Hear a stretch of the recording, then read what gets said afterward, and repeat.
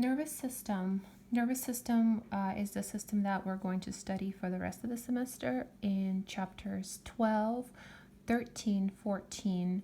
We're going to skip chapter 15 and then also we will study chapter 16 and 17.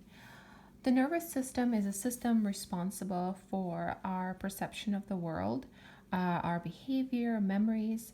It initiates all of the voluntary movements in the body, such as movements of the skeletal muscle to move our body in various ways that we use for eating, for writing, even for hugging someone. The nervous system is very complex, and we will discuss its structure and function in these following chapters.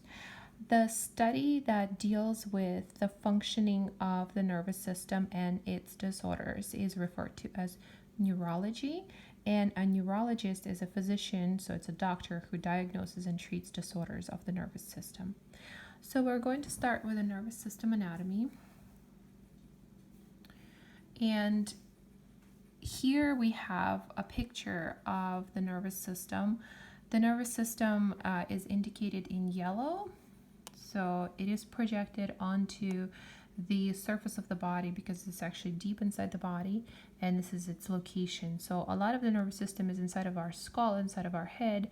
This is the brain. A big part of the brain extends into the spine of our body. This is called a spinal cord. And from the brain and the spinal cord, you can see these yellow strings coming from and stretching into different body parts. They follow the skeleton, so they kind of resemble the shape of the skeleton. These long strings are called nerves. So the brain itself has nerves and the spinal cord itself has nerves. So let's review all of these parts of the nervous system. So the two main parts of the nervous system are going to be the brain and the spinal cord.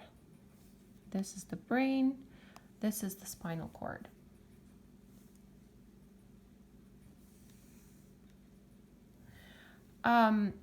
The brain is located inside of the cranium. So it is surrounded by the bones of the skull, and it takes up most of our head space. The spinal cord, so this is the brain too, the spinal cord extends into our back, into like the lower back around the waist region. That's where it ends, the spinal cord, and it actually is surrounded by the vertebra of the spine. So this is the protection of the spinal cord provided by the bones of the vertebra, and the brain has its protection provided to it by the bones of the skull.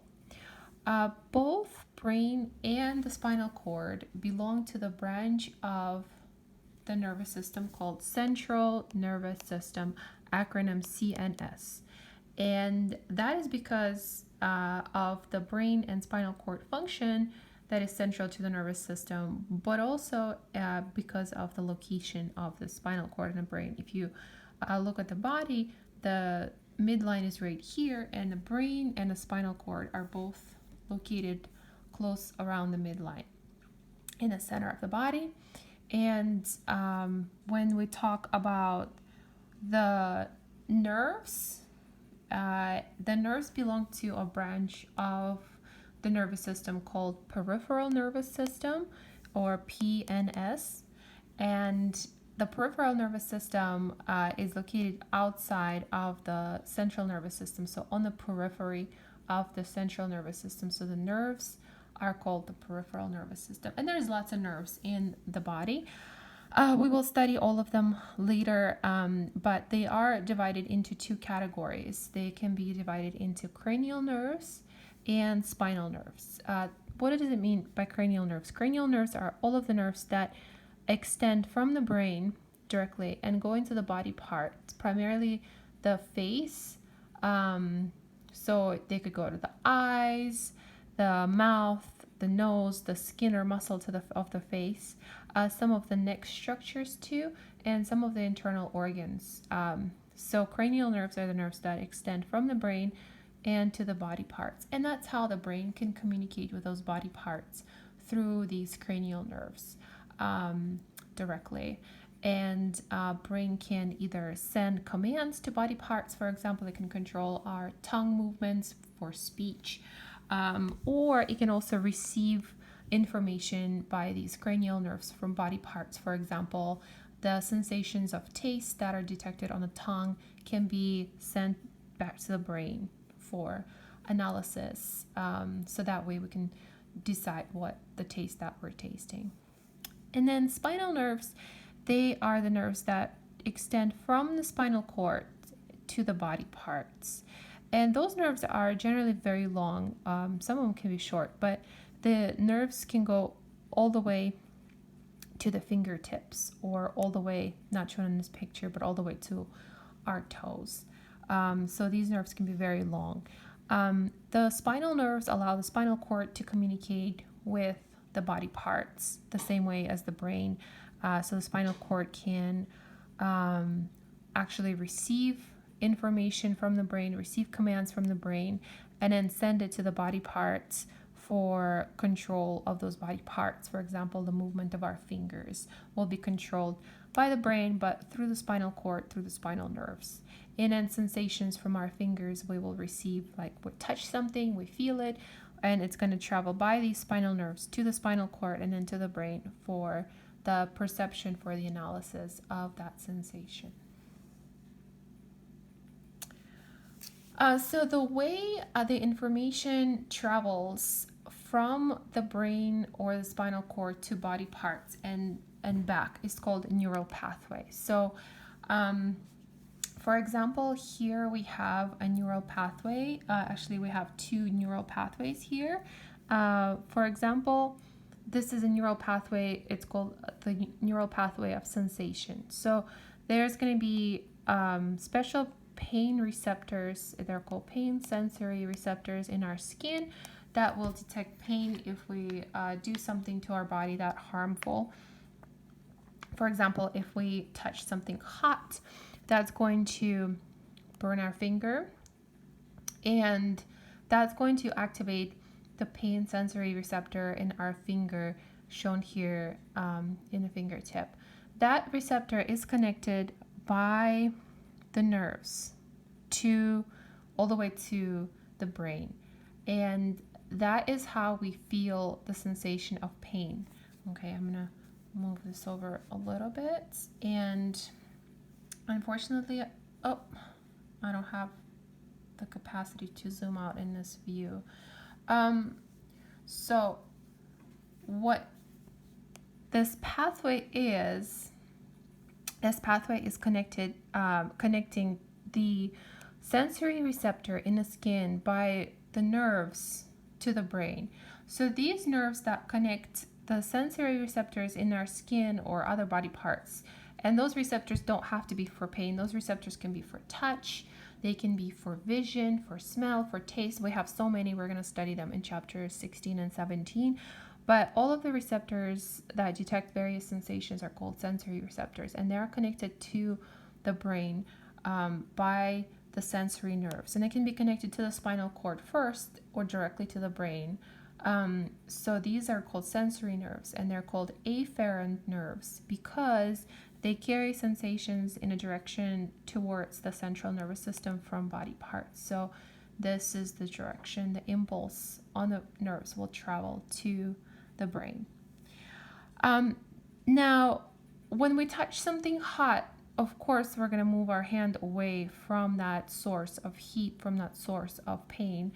And that is going to be controlled by the skeletal muscle, because skeletal muscle is the muscle that moves our body. But skeletal muscle itself cannot make any decisions. It has to be directed by the brain as well. So the skeletal muscle has nerves that connected to the brain, okay, or the spinal cord first and then to the brain. Those nerves will send commands from the brain to the muscle through these nerves.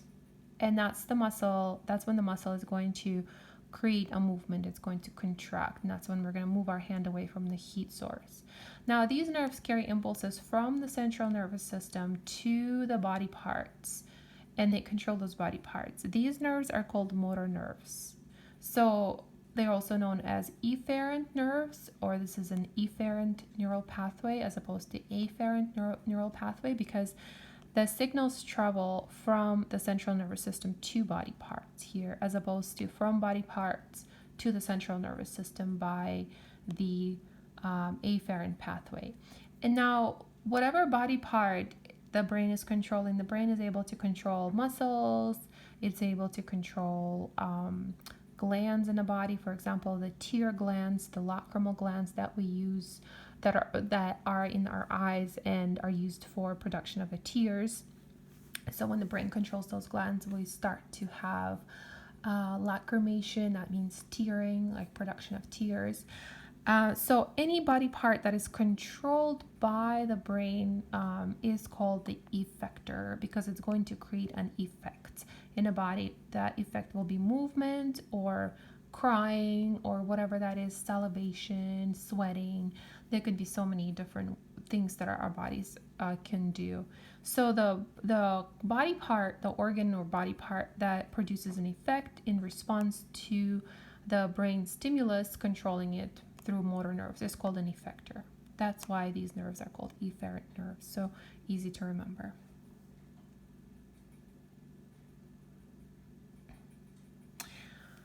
Additional structures of the peripheral nervous system will be these structures called ganglia. These are the little kind of like bumpies, the little lumps that are located on spinal nerves or on cranial nerves, very close to the central nervous system. So we're going to study their significance later, but these little bumpies are called ganglia. They are on nerves. And there's also going to be a structures called enteric plexuses, and the word enteron means intestine. So this is a little portion of an intestine. The intestines are located in our belly and our abdomen, and enteric means intestinal. Plexus means a network, so enteric plexus is the network of nerves that are located inside of our intestines. And we're going to study them more in the 142 in the digestive system. But in short, enteric plexuses is referred to as the gut of the brain of the gut, so the brain of our digestive tract in a way, because our digestive tract sometimes can operate without the direct involvement of the brain because of these enteric plexuses. So to summarize, we have nervous system that is divided into two branches: the central nervous system, acronym CNS, and a peripheral nervous system, acronym PNS. The central nervous system is composed of the brain and the spinal cord, and the peripheral nervous system is composed of the nerves. They can be either cranial nerves that extend from the brain to body parts, or spinal nerves that extend from the spinal cord to body parts. There's also sensory receptors of many different types located in various body organs and structures like skin, muscle, eyes, mouth. Ganglia and enteric plexus is the gut's brain. Here's a picture, very realistic looking picture, representing the location of the central nervous system and its nerves. Here's the brain. It is situated in the skull, protected by the cranial bones. At the base of the skull right here, there's an opening. It's called foramen magnum. And foramen magnum is the place where the spinal cord and the brain connect. So basically the spinal cord enters the brain and becomes the brain. This is spinal cord.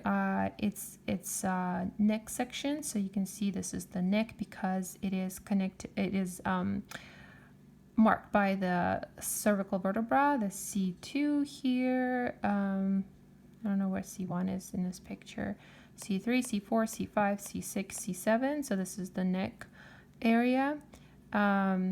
This is the spinal cord surrounded by vertebra. To the front, so anterior to the spinal cord, there's the bodies of the vertebra with their intervertebral discs.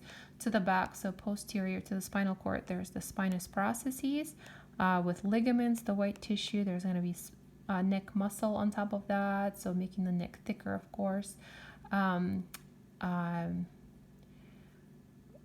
The spinal cord has the nerves extending from it at every vertebra. So at every vertebra, there's going to be one nerve.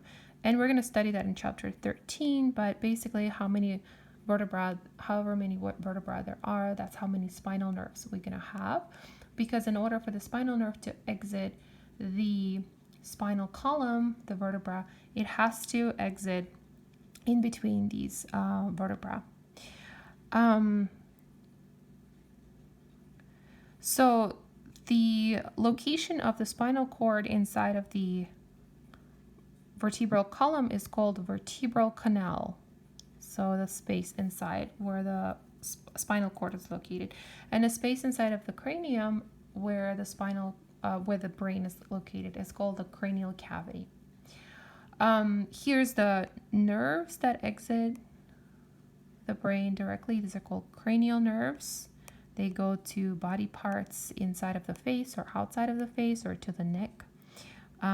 There's lots of holes in the base of the skull right here in its inferior anterior section, and one of the bigger ones is called the jugular foramen. So jugular foramen is where the biggest vein exits the brain. It's called jugular vein, but also a lot of the nerves exit together with the jugular foramen, together with that jugular vein. So what we're going to do next is we're going to study the brain and the cranial nerves in a separate video.